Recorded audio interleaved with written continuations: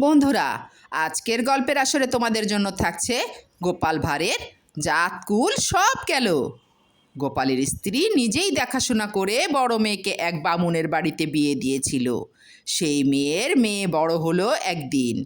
তারই বিয়ের নেমন্তন্নে গোপালেরা উপস্থিত। স্ত্রী একান্তে গোপালকে ডেকে বললে, হ্যাঁ গা, আমাদের বড় মেয়ের জামাই নাকি জাতে নাপিত বামুন নয়। তুমি কি সে সম্বন্ধে কিছু জানো কি? স্ত্রীর কথা শুনে গোপাল বললে, আরে চেপে যাও, আমিও আসলে বামুন নই, আমি জাতিতে নাপিত। তোমার বাপের কাছে জাত ভাড়িয়ে তোমাকে বিয়ে করেছি। তুমি জাতকুল হারালেও আমি মোটেই জাতকুল হারাইনি। জাতকুল আবার কি? ধন মানেই সব। যার ধন আছে সেই সমাজের গণ্যমান্য ব্যক্তি। অতএব এর জন্য তোমার চিন্তা ভাবনা করার কিছুই নেই।